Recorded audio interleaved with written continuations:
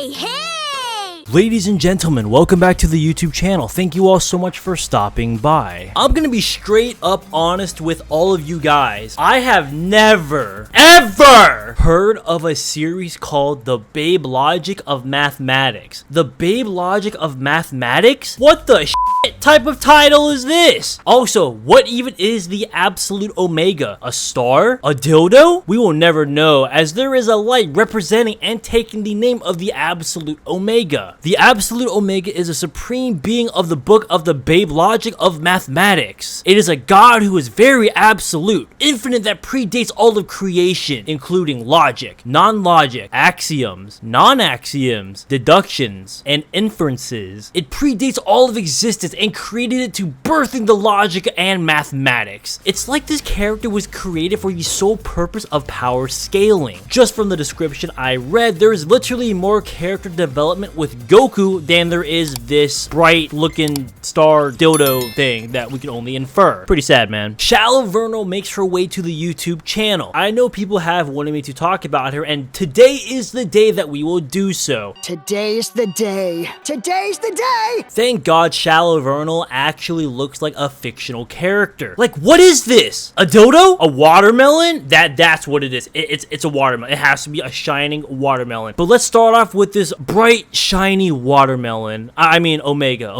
Yeah, Omega. Absolute Omega was born in and exists in a state that predates the dichotomies that underlies existence, where there is neither logic nor non-logic, axioms nor non-axioms, arithmetic nor geometry, deductions nor inferences. He, she, it, they created itself, created a logician in its image. Now, this is actually a point where I want to take a second and stop. I want to take a look at how we just talked about how it created itself, and that actually relates to I am that I am. I did say that I am that I am is balanced, but that's not true. YOOOO was not created, as she is regarded as the eternal entity that precedes all things, so there was nothing that actually did create her within this setting. She just exists. Either way, being created, unless it's in a really roundabout way that actually isn't creation and is what you'd be calling as a misnomer, means that a character fundamentally cannot be immutable as the whole thing, beyond being relationary immutable, as change can be ascribed to them. A state of is and what is not, something higher, thus it can't really be considered boundless. I am that I am was created as the primordial sound, and then the second scan I'm showing right now just says that it's the emptiness or the absolute void, as it cried out a sound, the primordial sound, meaning I am that I am was created by the absolute. This just suggests that, like, I am that I am isn't immutable, meaning that YOOOO is actually boundless compared to I am that I am. Just wanted to quickly reiterate that and state that just because it's true. Ignore what I said in my past video. The Absolute Omega created logic itself and separated from the illogical. It created dry logic, deductions, and inferences. It also created mathematics and its theorems. The Absolute Omega created axioms and the Platonium, which is a Platonic heaven. Furthermore, it created an axiom of axioms and a postulate of postulates. Jesus Christ, this little shit can just create everything if it just comes to mathematics, because fuck you, I guess. I mean, can you create some like logical equation and I can just like erase this from my memory so I don't have to talk about this shit anymore? Because all the haxes and shit that he can do or it can do that I'm reading and like looking up and, you know, relating to you guys, it ain't shit, bro. Like, what the fuck? It's like just high in scaling and that's it. Can these fucking birds stop chirping?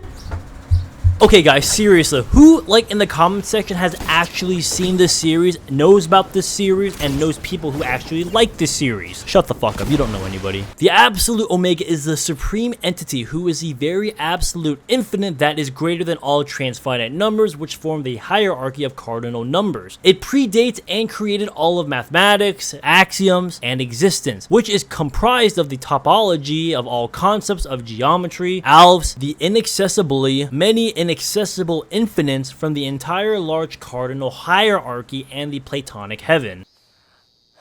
I mean, that's what to be expected with this type of character, if I'm being brutally honest. No haxes, just pure scaling. Even the haxes that it does have is nothing to where it's actually a threat. So, I mean, cool, I guess. I mean, I don't understand why people like this character or why I'm talking about this character.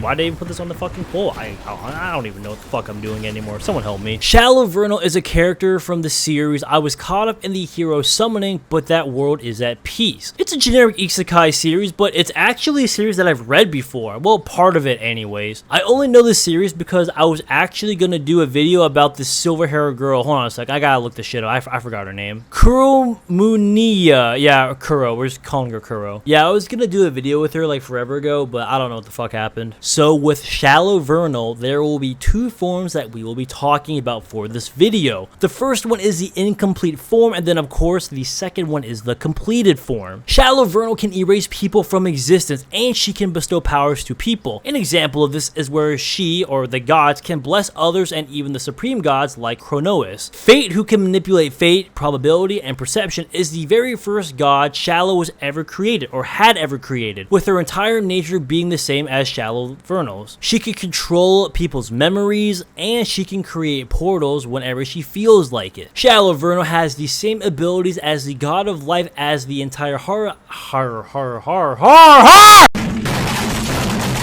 hierarchy of the supreme gods have a part of her power. Her magic power alone can intimidate her foes and even other gods from her presence alone. Now you see, this is aura right here. This is how you make an OP character actually have relevancy and be a straight up badass. Shallow Vernal is taking notes from Shadow, the ultimate aura lord. It can't be Shadow.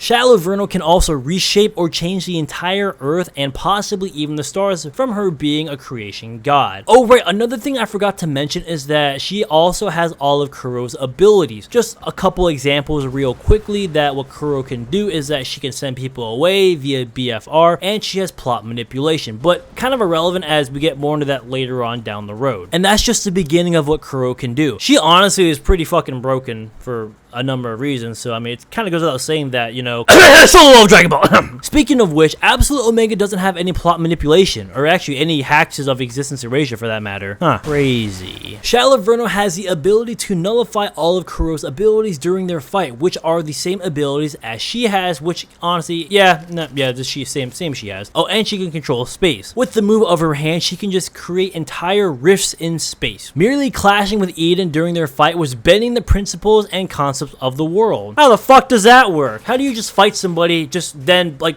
just bending the principles and concepts and laws of the world? How does that even work? I mean, I guess a Saitama can, you know, sneeze away a planet. I mean, I guess it makes sense considering, you know, yeah, it makes sense. I mean, that's all Saitama is really, just planet level at best.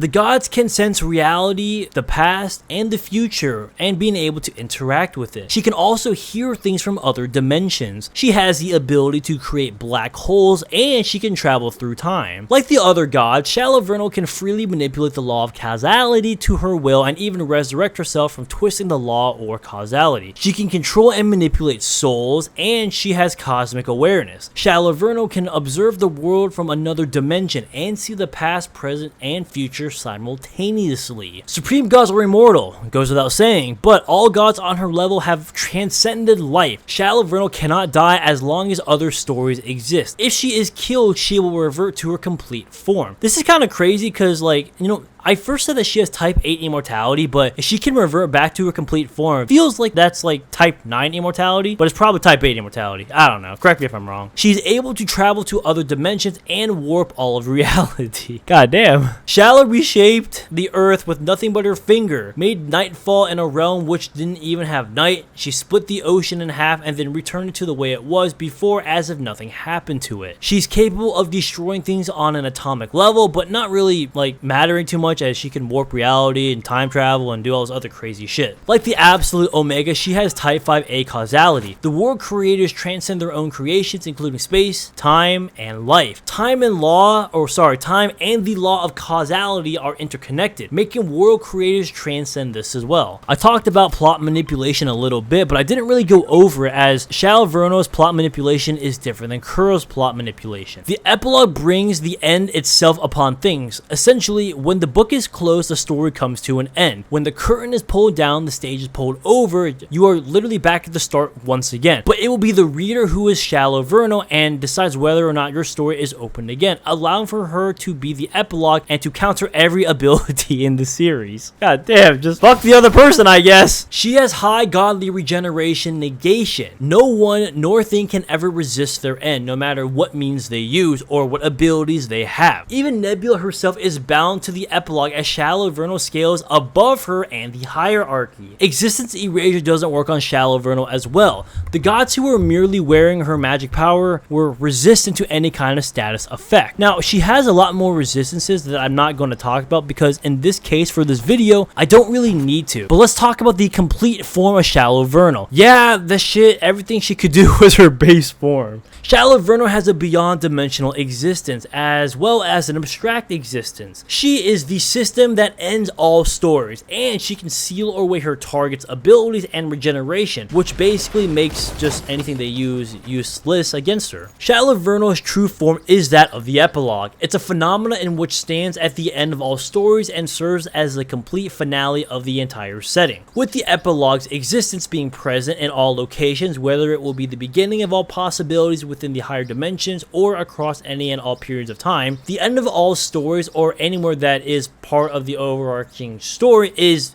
her. That she is the end story. She is the epilogue. Obviously, there are way more abilities and hacks that go with Shallow Vernal because she was just a better written character than this shit fucking Stain from the Babe Logic series. It's clear that the absolute Omega is high outer given everything I first stated beforehand, but that's about it. There's no character development, no plot development, no story development. It's just a character made to just say fuck you, I'm just high outer because I can be. But let's take it back to Shallow Vernal really quickly. The epilogue is the power to end all stories. Faced with a being that exists in an infinite multi-dimensional universe who is more omniscient and omnipotent than the other gods, it would end the story of that being that exists in an infinite multi-dimensional universe who is more omniscient and more omnipotent than other gods. The power of the epilogue closes the book. When the book is closed, the story does come to an end. When the curtain is pulled down, the stage is over. You may go back to the start again, but it will be the reader who decides whether your story is open again. Everyone and everything is fictional when compared to the epilogue. The epilogue is an ability that will always stand at the end of all conditions and before it. The existence of limits does not exist, and it has no restrictions whatsoever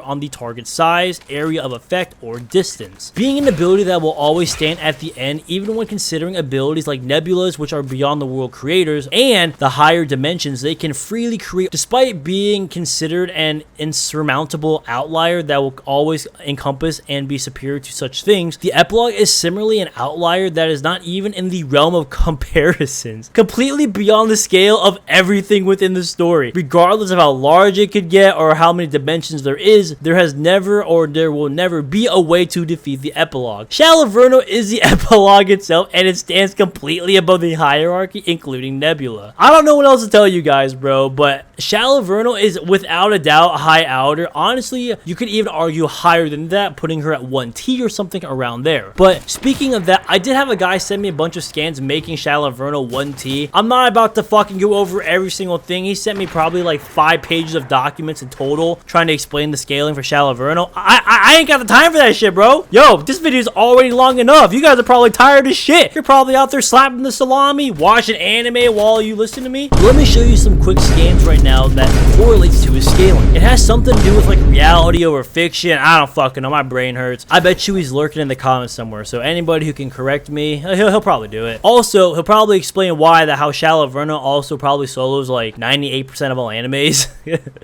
She really does though. I mean, given the hacks in her scaling, even from like her high outer standpoint, yeah, absolutely she does. With the absolute Omega and Shallow Vernal on equal scaling, it goes without saying that Shallow Vernal actually wins this only because she has more hacks and abilities. The absolute Omega doesn't have any genuine attacks or hacks. Yeah, technically it's above a high outer, attack potency, whatever, but that shit don't matter, bro. Like anything that absolute Omega can do, Shallow Vernal can do as well. Attack, speed, defense, durability, immortality, all go to Shallow Vernal. Shallow Vernal absolutely out-hacks without a doubt. The absolute Omega controlling logic, math, axioms, they're all cool, but who the fuck cares? That shit don't do nothing, really. Really, what does it do? What battle applicable thing can it actually do? Yeah, I didn't think so. Nothing. It can do nothing. The ability of the epilogue is so fucking powerful, and honestly, the absolute Omega just doesn't stand a chance against it. Hate the result all you want, but Shallow Vernal does in fact take this, and pretty easily in my opinion, even though you can consider them the same scaling. The hacks are too great. Shallow Vernal is just a better character. She has boobies, so I mean, that's an easy one for me. The next video will be about characters who are, I guess, scaled a lot lower than Outerversal, so hopefully you guys are excited about that. In any case, I will see you all next video. Peace.